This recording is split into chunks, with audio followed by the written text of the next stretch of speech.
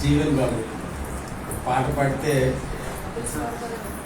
Couples సహజంగా మనం కొత్తగా పెళ్లి వచ్చిన వాళ్ళకి మనం పిలుస్తాము, కలిసి పాడతారు. కానీ చిన్న ఆలోచన ఏంటంటే మరి కలిసి పాడితే బాబు వాయించలేడు. బాబు వాయించుకుంటూ పాడవలసిన పాట కాబట్టి, ఎందుకంటే వాయిద్యకారుడు కాబట్టి మీరు తర్వాత నిలబడదు. కానీ దయచేసి పాట పాడిన తర్వాత ఒకసారి మీ ఇద్దరు కలిసి నిలబడితే సంఘస్థులు అందరూ చూస్తారు.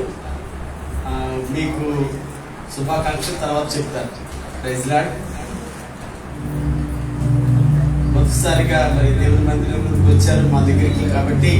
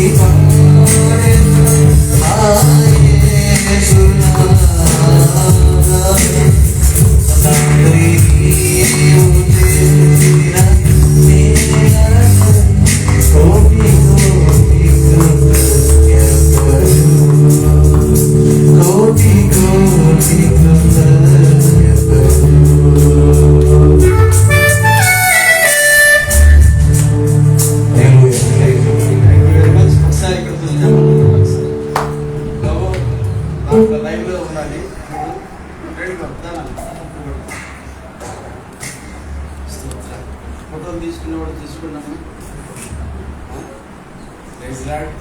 అందరికీ ఒకసారి మీ ఇద్దరు భార్య భర్తలు చేతులు జోడించి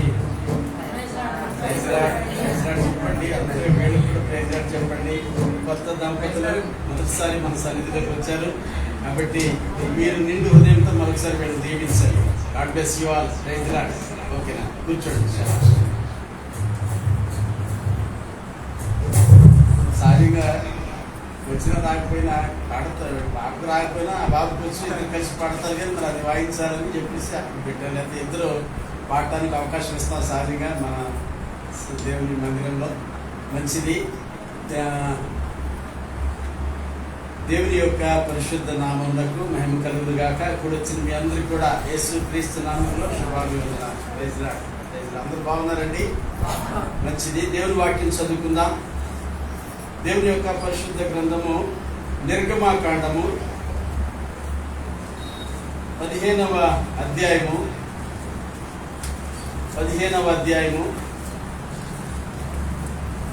22వ వచనం నుండి 27 వచనాల వరకు చదువుకోవాలి. నేను కూడా చదువుతాను. నాతో పాటు కలిసి కీర్తనలు ఏ విధంగా చదువుతామో ఆ విధంగా చదువుతాం. మోషే ఎర్ర సముద్రం నుండి జనులను సాగచేయగా వారు షూరు అరణ్యంలోనికి వెళ్లి దానిలో 3 దినములు నడిచిరి. అచ్చట వారికి నీళ్లు దొరకలేదు. అంతలో వారు మారాకు చేరిరి. మారా నీళ్లు చేదైనవి కనుక వారు ఆ నీళ్లు త్రాగలేకపోయిరి. అందువలన దానికి మారా అను పేరు కలిగెను. ప్రజలు మేమేమి త్రాగుదుమని మోషే మీద సడుగు కొనగా అతడు యెహోవాకు మొరపెట్టెను. అంతటి యెహోవా అతనికి ఒక చెట్టును చూపెను. అది ఆ నీళ్లలో వేసిన తరువాత నీళ్లు మధురములాయెను. అక్కడ ఆయన వారికి కట్టడను విధిని నిర్ణయించి అక్కడ వారిని పరీక్షించి మీ దేవుడైన యెహోవా వాక్కును శ్రద్ధగా విని ఆయన దృష్టికి న్యాయమైనది చేసి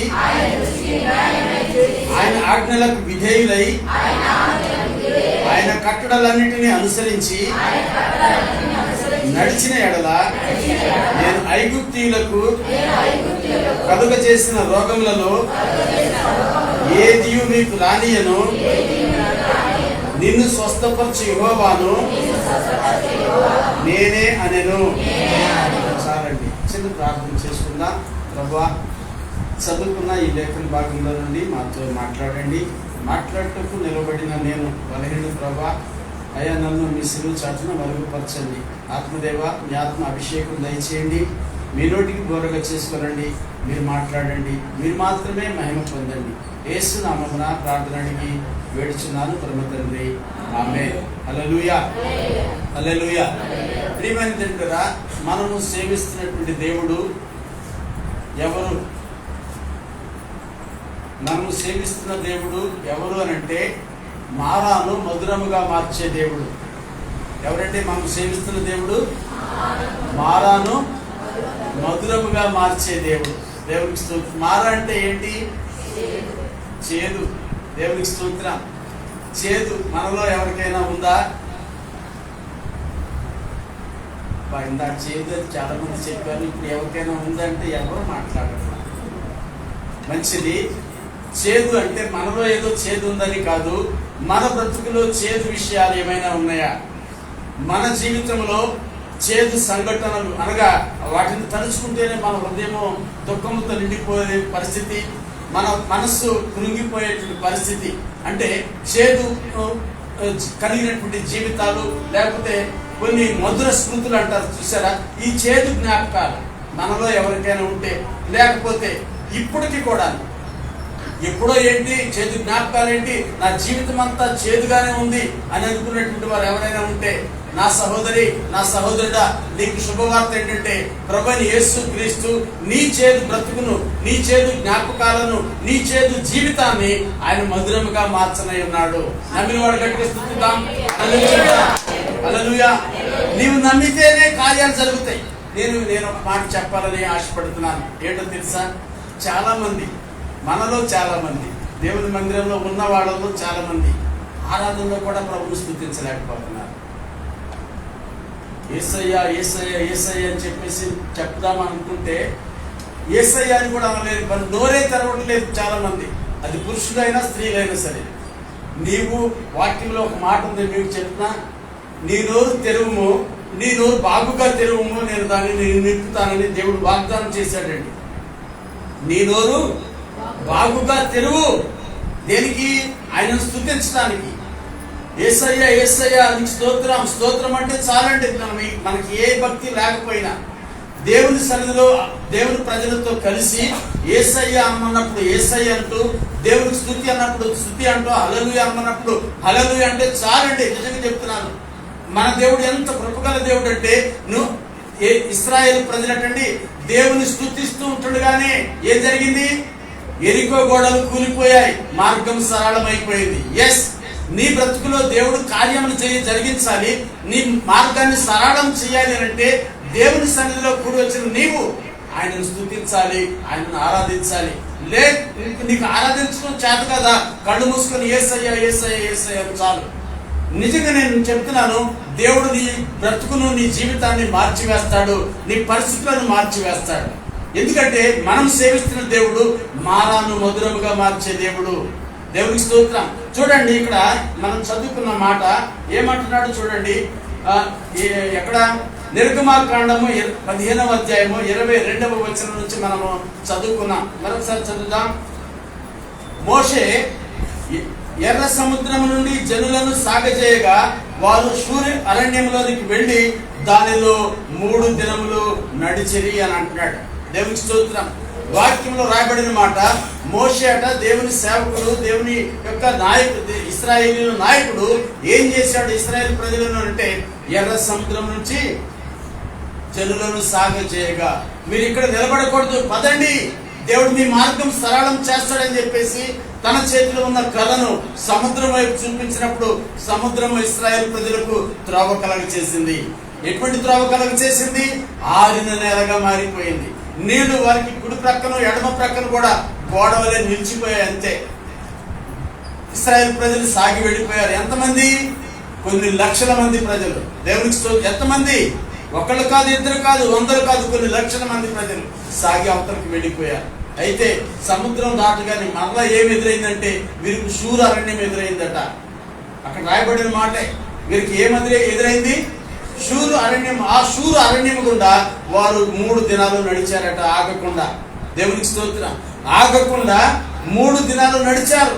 ఈ 3 దినాల ప్రయాణంలో, నడకలో, ఈ 3 దినాల ప్రయాణంలో, ఈ నడకలో వారు అలసిపోయారు. సహజమే. మనము ఎక్కడి నుంచి ఎక్కడ నడవడానికి కలిసిపోతున్నాం. నేను చెప్పనా, మన ఇంటి దగ్గర నుంచి బస్ స్టాప్ వరకు వెళ్ళడానికి, లేదా ఆటో స్టాండ్ వరకు వెళ్ళడానికి కలిసిపోతున్నారు చాలా మంది. ఇంత దూరం వెళ్ళాలి, ఆటో స్టాండ్ మన ఇంటి దగ్గర ఉంటే బాగుండు, ఆటో మన ఇంటి దగ్గరకు వస్తే బాగుండు. ఇంటి దగ్గర నుంచి బయటకు నిలబడి చూస్తూ ఉంటారు, ఏదైనా ఆటో వస్తే వెళ్దామని చెప్పేసి. అర్థమైందండి? ఇంటిలోంచి బయటకు వచ్చి రోడ్డు మీద నిలబడి చూస్తూ ఉంటారు, ఏదైనా ఆటో వస్తే ఎక్కి వెళ్ళిపోదామని చెప్పేసి.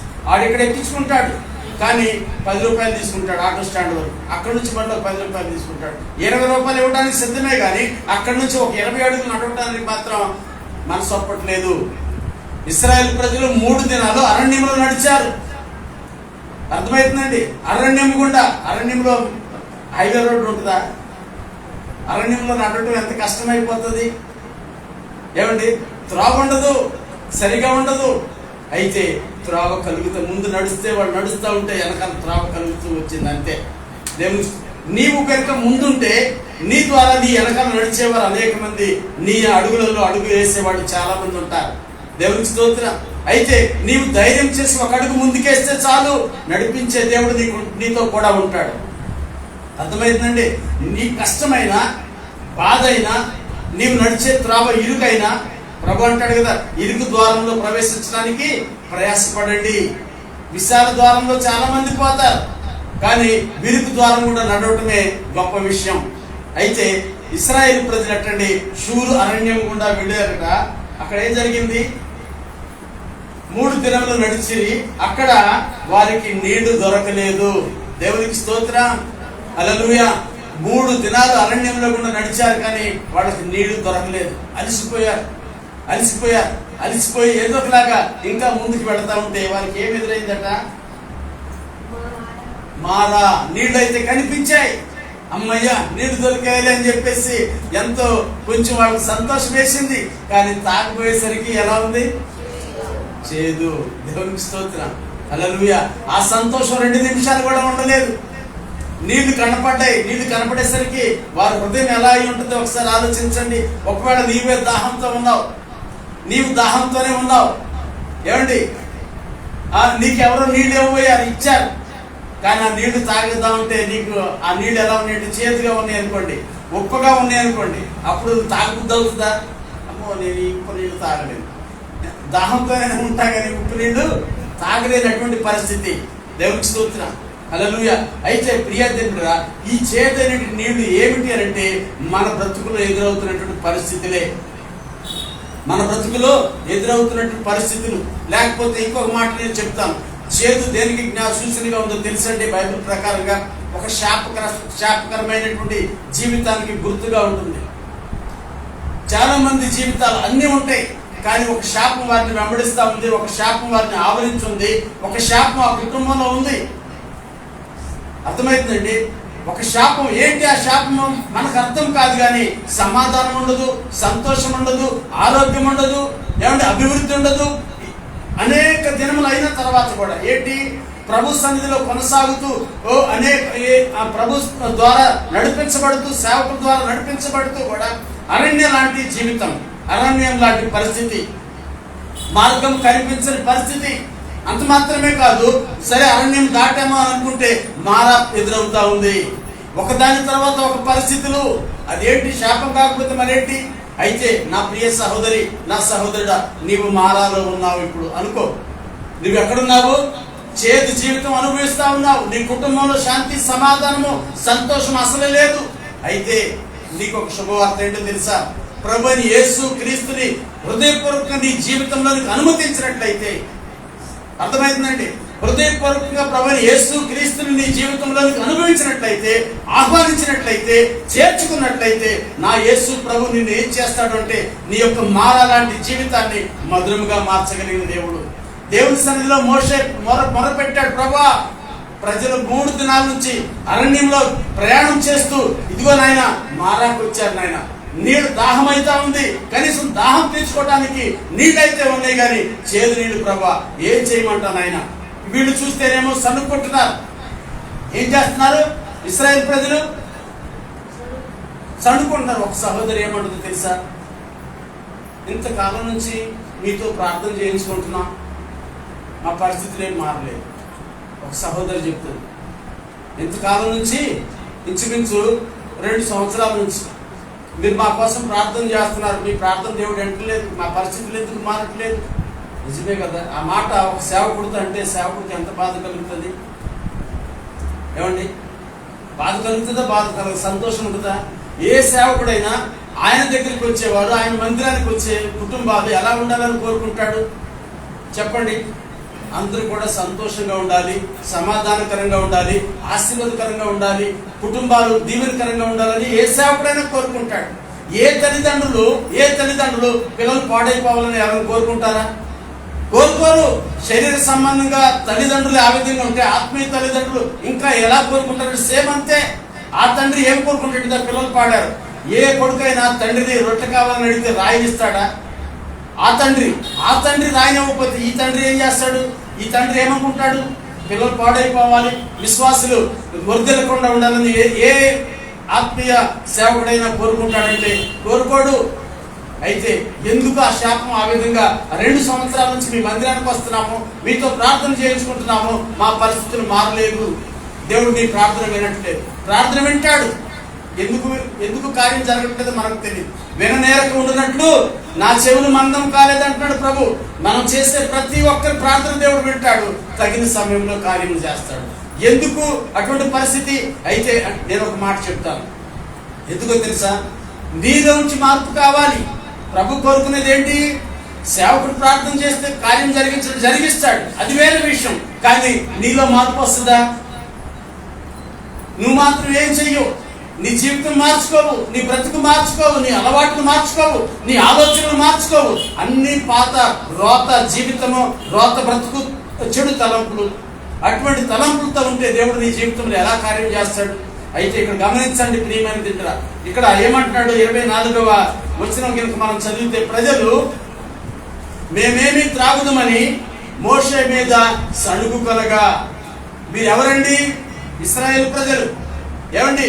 దేవుని కార్యములు చూసినటువంటి వారు. ఎవరు వీరు? ఇశ్రాయేలు ప్రజలు. ఐగుప్తులో దేవుని కార్యములు చూశారు. ఎన్నో ఆశ్చర్య కార్యాలు, అద్భుత కార్యాలు, సూచక్రియలు వారు కనుల ఎదుట జరిగింది. వారి కనుల ఎదుట సముద్రంలోంచి వారు నడుచుకుంటూ వచ్చారు రాజు నేల మీద. ఇన్ని కార్యములు చూసి కూడా వారు ఇంకా సడుకోవటం మానలేదు. దేవునికి స్తోత్రం. సడుకోవటం మానలేదు. వారు ఇన్ని కార్యములు చూసిన తర్వాత వారు ఏం చెయ్యాలి? ప్రభువా, ఇదిగో నాయనా, నాకు దాహంగా ఉంది, నేను తట్టుకోలేకపోతున్నాను, ఇంకొంతసేపటికి నా కడు తిరిగి పడిపోతానేమో. అయ్యా, నాకు మంచినీళ్ళు కావాలి ప్రభువా, నాకు దాహం తీరాలి ప్రభువా. లేకపోతే ఆ నీళ్లు దొరికేంత వరకు ఈ యొక్క దప్పికను తట్టుకునే శక్తి నాకు ఇవ్వు ప్రభువా. అవునా కాదండి? ఇప్పుడు అన్నం దొరకలేదు మనకి. అయ్యా, ఈ ఆకలిని తట్టుకునే శక్తి నాకు కావాలి ప్రభు అని మనం అడగద్దా? అన్నం దొరికేంత వరకు ఈ ఆకలిని భరించగలిగే శక్తి నాకు కావాలి ప్రభువా, నన్ను శక్తితో నింపు ప్రభు అని చెప్పేసి మనం అడగాలి. కానీ వీళ్ళు ఏం చేశారు అంటే మోషే మీద సనుక్కుంటున్నారట. సనుక్కునేవాడు లేరా ఈరోజు? ఆ సహోదరి చెప్పినట్లుగా 2 సంవత్సరాల నుంచి మీతో ప్రార్థన చేయించుకుంటున్నాం, నా పరిస్థితులు మారలేదు. ఏం చేయమంటారు ఇప్పుడు చెప్పండి? ఏమండి? మీరు చూస్తే బాగానే ఉన్నారు, మాకేంటి ఇలాగా అంటారు. ఇప్పుడు ఏం చేయాలి? నేనేం చెప్పండి? దేవునికి స్తోత్రం. హల్లెలూయా. ఏమండి? ఇప్పుడు ఏం చేయాలి? ప్రియా దేవుడా, అయితే దేవుడు అక్కడ పరీక్షించాడు. ఒక మాట చెప్పాడు. మోషే దేవుని సన్నిధిలో మొరపెట్టాడట. అతడు యెహోవాకు మొరపెట్టెను. ఎవరు? ప్రభువా, వీళ్ళు సనుక్కుంటున్నారు నాయన, వీళ్ళు కొనుక్కుంటున్నారు, నన్ను ఈ చేదు నీళ్ళలోనే పాతి పెట్టేలాగున్నారు, ముంచేసేలాగున్నారు, నన్ను ఏం చేయమంటావు ప్రభువా? ఎలా ఉన్నారు వీళ్ళు? లక్షల మంది ప్రజలు మోషేని ఆ నీళ్ళలోనే కప్పెడదాం, ఆ నీళ్ళలోనే ముంచేద్దామని చెప్పేసి అంత కోపంగా ఉన్నారు, సనుక్కుంటా ఉన్నారు. ప్రభువా, నన్ను ఏం చేయమంటావు నాయన? ఇదిగో నీ ప్రజలు ఏం చేయమంటావు చెప్పు ప్రభువా అని ప్రభు సన్నిధిలో మొరపెట్టాడటండి. మొరపెట్టారు. ఆ మొరేది నువ్వు కూడా పెడితే దేవుడు నీ దాహం తీరుస్తాడు కదా. అయితే దేవుడు చెప్పిన మాట చూడండి. అంతటా యెహోవా అతనికి ఒక చెట్టును చూపెను. దేవుని స్తోత్రం. అంతటా యెహోవా అతనికి ఒక చెట్టును చూపెను, అది ఆ నీళ్లలో వేసిన తరువాత నీళ్లు మధురములాయను. దేవునికి స్తోత్రం. హల్లెలూయా. గట్టిగా చప్పట్లు కొడదాం. ఎందుకు చప్పట్లు కొడతామని తెలుసా? దేవుడు చెప్పిన ఆలోచన, దేవుడిచ్చిన ఆలోచన ఏమంటున్నాడంటే, ఆ చెట్టును తీసుకెళ్లి నీవు నీళ్లలో వెయ్యి అని అన్నాడు. ఒక చెట్టును చూపెను, అది ఆ నీళ్లలో వేసిన తర్వాత నీళ్లు మధురములాయను. దేవునికి స్తోత్రం. హల్లెలూయా. ఈ చెట్టు దేనికి సూచనగా ఉన్నది అనేది మనం జ్ఞాపకం చేసుకుంటే, నా ప్రియ సహోదరుడా, నా సహోదరి, ఆ చెట్టు నీకు కావాలి. కావాలా వద్దా? ఆ చెట్టు కనుక నీ బ్రతుకులోనికి వస్తే నీ బ్రతుకు మధురముగా మారిపోతుంది. మారాగా ఉన్న నీ బ్రతుకు మధురముగా మారిపోతుంది. ఎంతమందికి కావాలి ఆ చెట్టు? ఎస్, సంకోచించొద్దు. హృదయపూర్వకంగా సంతోషంగా మీరు చేతులు ఎత్తండి. దేవునికి స్తోత్రం. ఆ చెట్టు ఎవరో తెలుసా? అమ్మా, ప్రభు అయిన యేసు క్రీస్తు.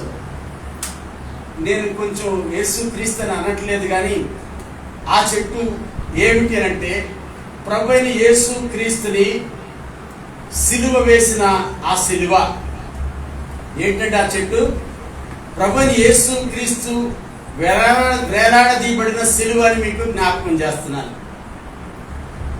యేసు క్రీస్తే కానీ బాబు మైక్ దీంట్లో పెట్టినాను బాబు, ఒకసారి అన్న ఒక లీడ్ తీసి ఇది ఈ లీడ్ ఏదో పర్లేదు.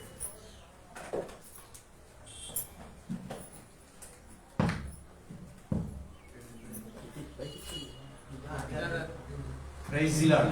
హల్లెలూయా హల్లెలూయా. అయితే ఆ చెట్టు ఏమిటి అని అంటే ప్రభువైన యేసుక్రీస్తుని వేలాడదీసినటువంటి సిలువ.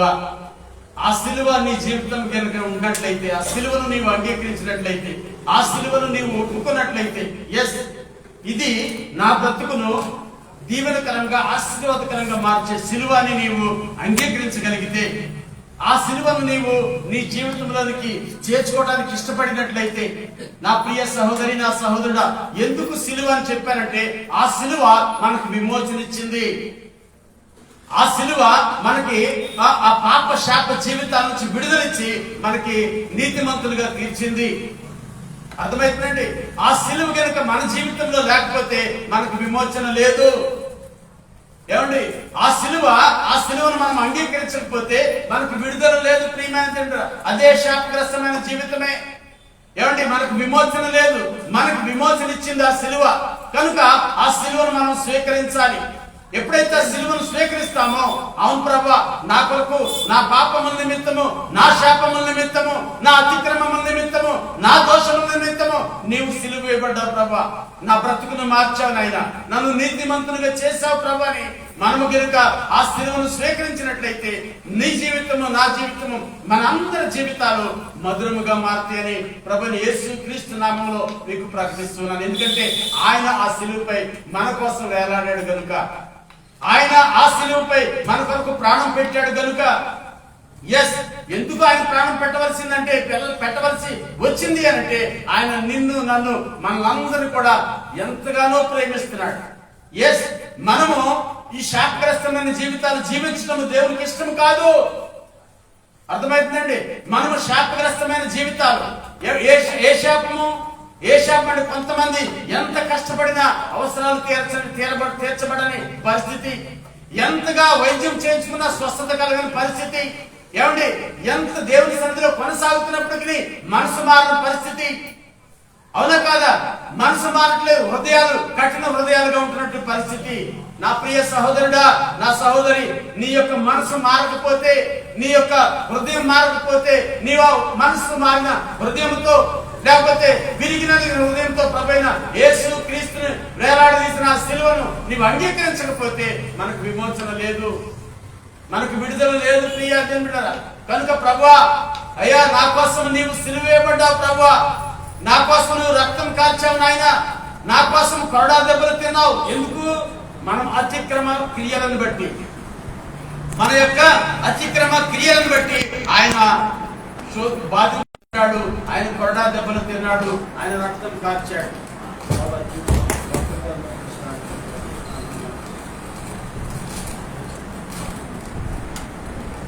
హల్లెలూయా హల్లెలూయా హల్లెలూయా.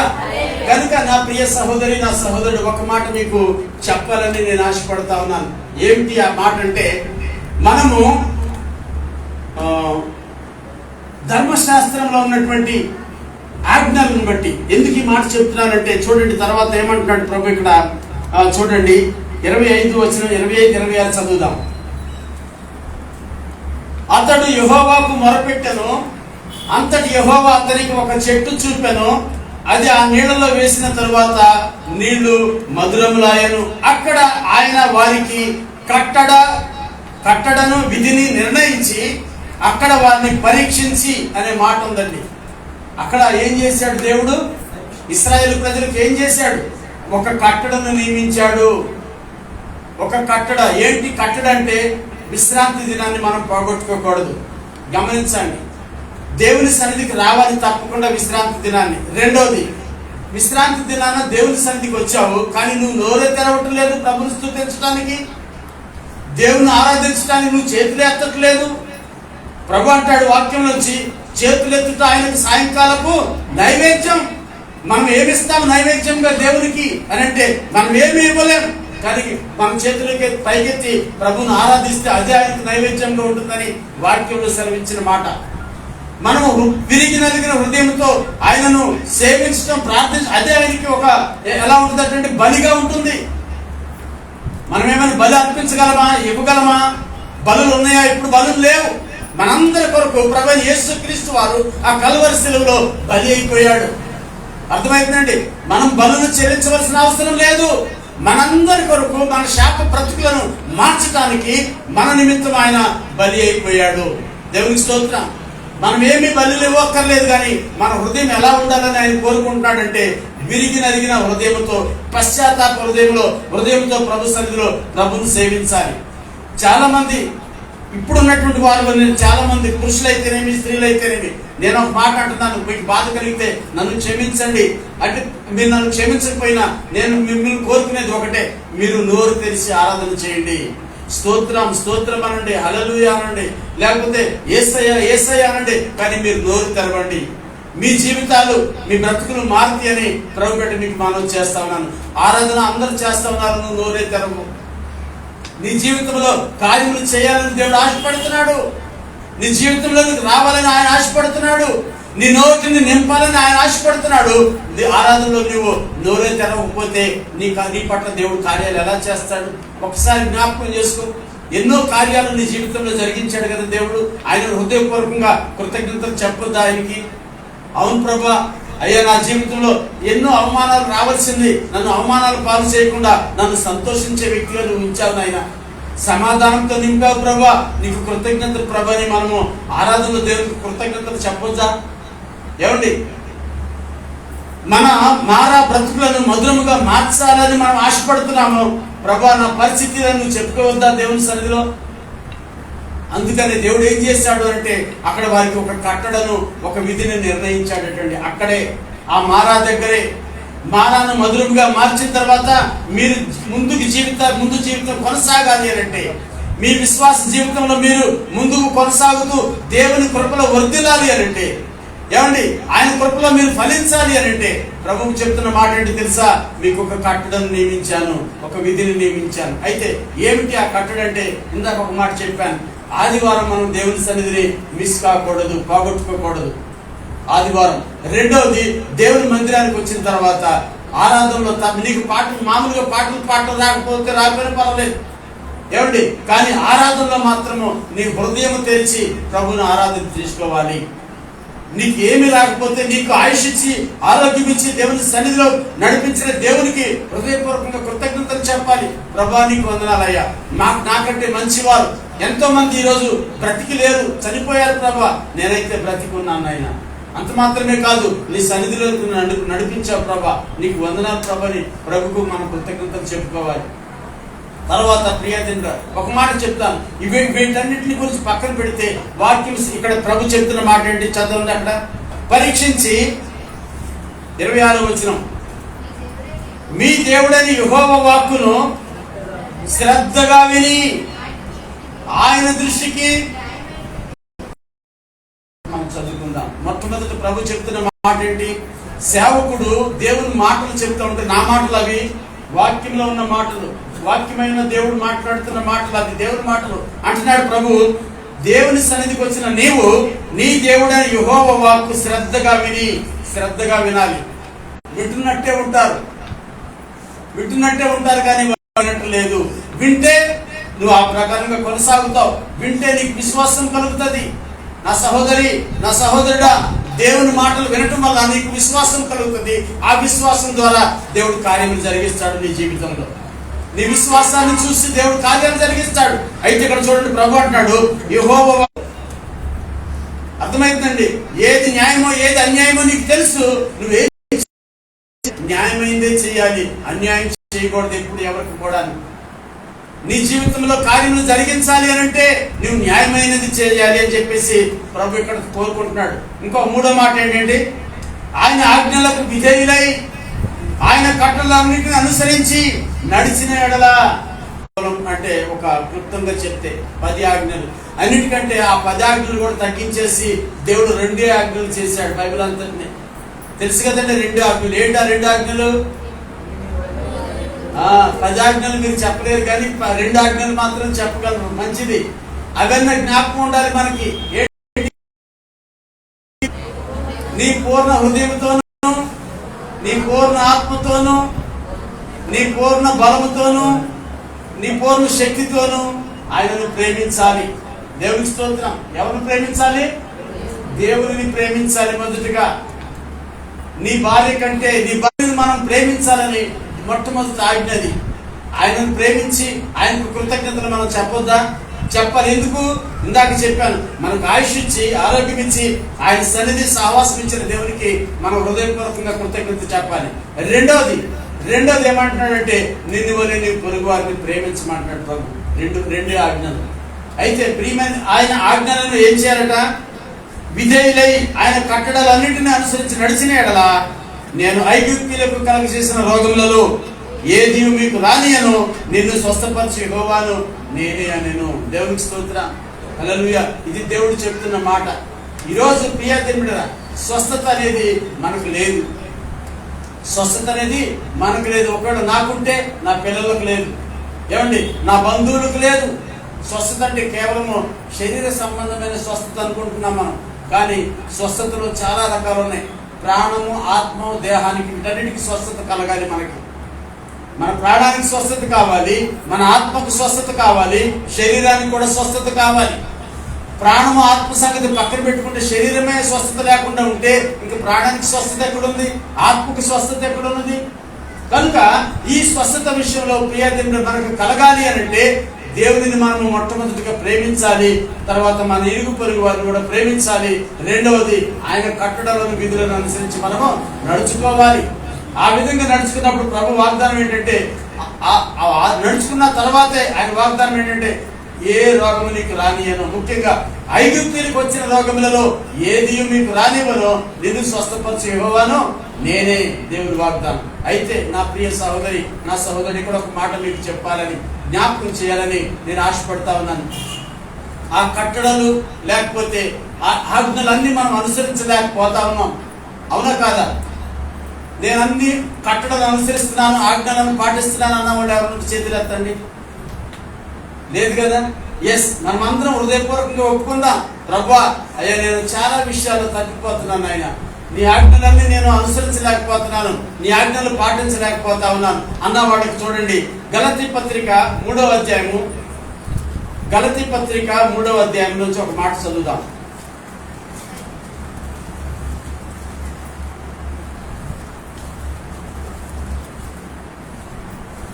గలతీ పత్రిక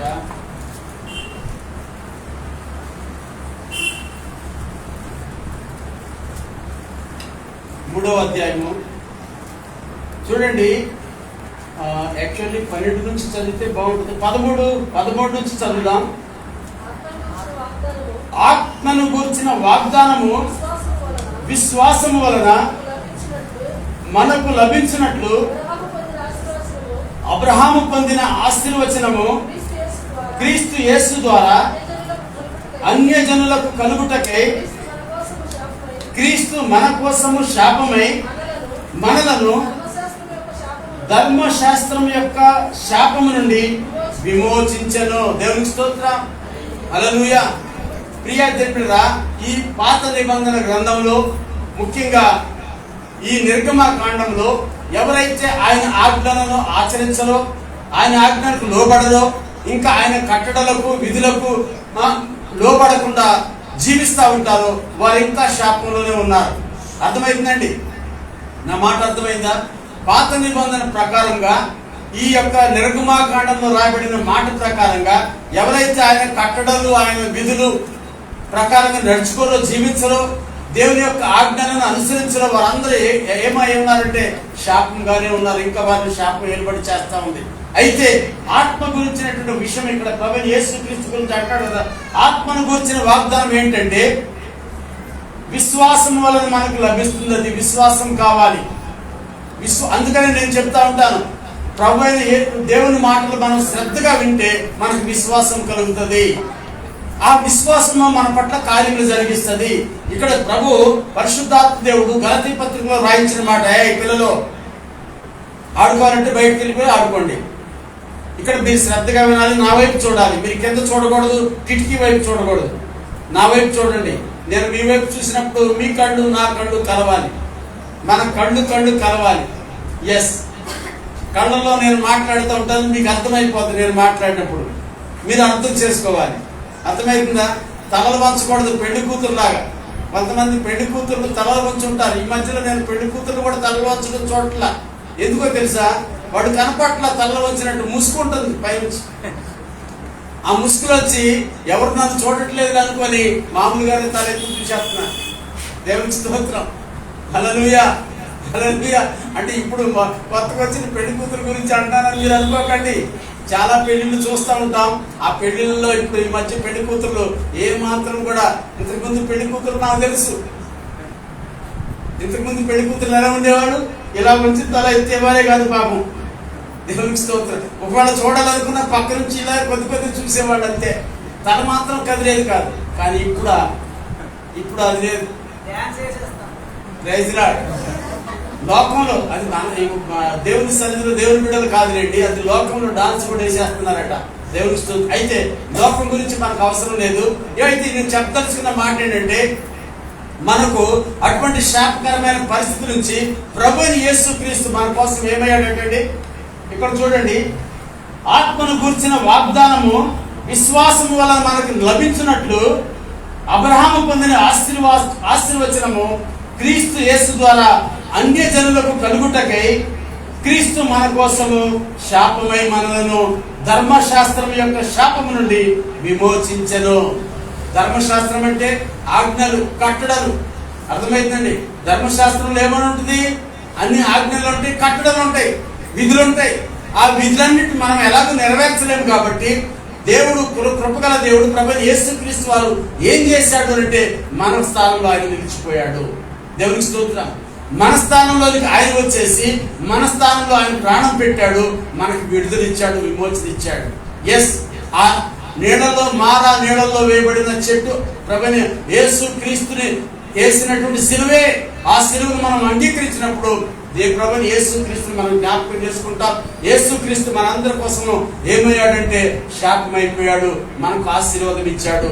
అబ్రహాము పొందిన ఆశీర్వాదానికి మనం కూడా వారసులం అవుతున్నాం. ప్రియమైన తండ్రులారా, అన్ని జనులమైన మనము దేవుని యొక్క అబ్రహాము దేవుని మాట విని ఆ ప్రకారంగా చేసేటట్టండి.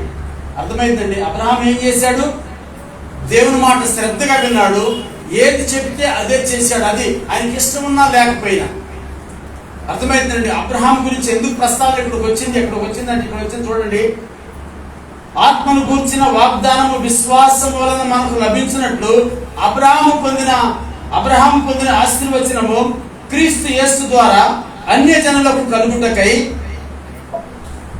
క్రీస్తు మన కోసము శాపమై మనలను ధర్మశాస్త్రం యొక్క శాపము నుండి విమోచించెను. అర్థమైందండి? అబ్రహామును ఎందుకు మనం ఇక్కడ జ్ఞాపకం చేసుకోవాలి అంటే, అబ్రహాము దేవుని మాట శ్రద్ధగా విన్నాడు, దేవుడు ఏది చెప్తే అది చేశాడు. శ్రద్ధగా వినటం వల్ల ఏం కలిగింది? ఆయనకు విశ్వాసం కలిగింది. ఎస్, నాతో మాట్లాడిన దేవుడు వాక్యమైన దేవుడు. ఎందుకంటే ఆదికాండం 15వ అధ్యాయంలో ఒక మాట ఉంటుంది. మొదటి వచనం చదువుదాం ఒకసారి. ఆదికాండము 15వ అధ్యాయము మొదటి వచనం కనుక మనం చదివితే అక్కడ ఒక మాట ఉంటుంది. ఇవి జరిగిన తర్వాత యెహోవా వాక్యము అబ్రహామునకు దర్శనమందు వచ్చి అనే మాట చూడండి. వాక్యము దర్శనంలోనికి వచ్చిందట. ఇవి జరిగిన తర్వాత యెహోవా వాక్యము అబ్రహామునకు దర్శనమందు వచ్చి, అబ్రహామా భయపడకము, నేను నీకు కేడము, నీ బహుమానము అత్యధికమగులని చెప్పాను. దేవునికి స్తోత్రం. ఆ మాట ఆయన శ్రద్ధగా విన్నాడు. ఈరోజు నా ప్రియ సహోదరి, నా సహోదరుడా, నేను ఒక మాట చెప్పాను. ఏమైనంటే, దేవుని సన్నిధిలో ఉన్న మనమందరము ఎవరైనా మారలాంటి పరిస్థితి కలిగి ఉన్నట్లయితే నీకు శుభము, నీ పరిస్థితులు మారబోతా ఉన్నాయి. దేవుడు నీ యొక్క మారా జీవితాన్ని మధురంగా మార్చబోతా ఉన్నాడు. వాక్యాన్ని బట్టి నేను చెప్పాను. నమ్మితే దేవుని కార్యంలో నువ్వు చూడగలుగుతావు. నమ్మటం అంటే ఎప్పుడు? శ్రద్ధగా విని ఈ మాట మీరు జ్ఞాపకం ఉంచుకోనండి. అవును ప్రభా, నా బాణాలాంటి జీవితం నాయన, నన్ను మధురముగా, నా జీవితాన్ని మధురంగా మార్చగలిగిన దేవుడో ప్రభా. ఎందుకు? నేను చేసిన పాపములు కావచ్చు, అతిక్రమములు కావచ్చు, దోషములు కావచ్చు, అవి ఏవైనా సరే అంటే ఏంటి పాపములు, దోషములు, అతిక్రమములు అంటే ఆజ్ఞలు మనం పాటించలేము, అది జరిగిపోయింది. విధులను మనం నిర్వర్తించలేము, జరిగిపోతా ఉంది. అయితే దేవుడు ఆత్మ గురించినటువంటి వాగ్దానం ఒకటి ఉంది మనకు. ఏంటంటే దేవుని యొక్క ఆత్మ మనము స్వీకరించాలి, అంగీకరించాలి. ఆత్మ మన జీవితంలో చేసే కార్యం ఏంటంటే ప్రియ దిండరా శ్రద్ధగా వినేలాగా చేస్తుంది. ఈ ఆత్మ మనం స్వీకరించాలి అంటే నేను ఒక మాట చెప్పాను. మనం ఆరాధన చేసే సమయంలో మన కళ్ళు అటు ఇటు పెట్టకుండా, మన మనసు అటు ఇటు పెట్టకుండా ప్రభు వైపు మన మనసు పెట్టి, మన దృష్టి పెట్టి పూర్ణ హృదయంతో మనం ఆరాధన చేసినప్పుడు పరిశుద్ధాత్మ దేవుడు మనల్ని దర్శిస్తాడు, మన బ్రతుకులోనికి వస్తాడు, మన హృదయాల్లోనికి వస్తాడు, మన జీవితాలను మారా జీవితాలను మధురముగా మారుస్తాడు, మన దుఃఖమును సంతోషంగా మారుస్తాడు, గొప్ప ఆదరణ ఇస్తాడు. ప్రియజనుడురా, అర్థమైందండి? కనుక మన జీవితాలు ఆదరణకరంగా ఉండాలి, లేకపోతే మారలాంటి జీవితాలు మధురంగా మారాలి అని అంటే మనము హృదయపూర్వకంగా ప్రభు సన్నిధిలో ఆరాధించుకునే వారంగా ఉండాలి. అందుకే అంటాడు, ఆత్మను గూర్చిన వాగ్దానము విశ్వాసం వలన మనకు లభించినట్లు అబ్రాహాము పొందిన ఆశీర్వచనము క్రీస్తు యేసు ద్వారా అన్యజనులకు కలుగుటకై క్రీస్తు మన కోసము శాపమై మనలను ధర్మశాస్త్రం యొక్క శాపం నుంచి విమోచించెను. ఇందుని గురించి మ్రాను మీద వేలాడిన ప్రతి వాడును శాపగ్రస్తుడు అని వ్రాయబడి ఉన్నది. దేవునికి స్తోత్రం. మ్రాను మీద వేలాడిన ప్రతి ఒక్కరు కూడా శాపగ్రస్తుడు. నీ కోసం, నా కోసం పరిశుద్ధులైన ప్రభువు యేసు క్రీస్తు నేరము చేయనివాడు, పాపము చేయనివాడు, ఆయన శాపమైపోయాడు సిలువలో. అర్థమైందండి?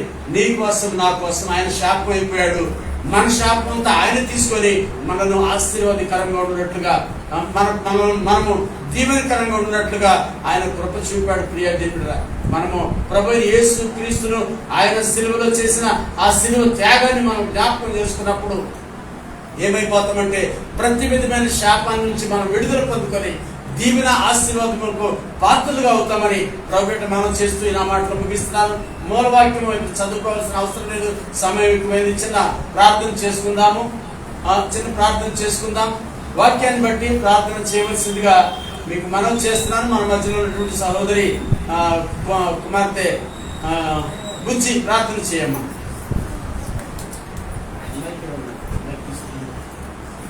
బుజ్జి ప్రార్థన చేయండి. స్తోత్రం. అందరూ కూడా కళ్ళు మూసుకొని తలలు వంచండి, ప్రార్థనలు ఏకీభవించండి. అయిపోవచ్చింది, కొద్ది సమయం మాత్రమే ఉన్నది. ఎక్కడో అక్కడ ఉండండి, ప్రార్థనలు ఏకీభవించండి. అమ్మ మైక్ ఆన్ చేయనా?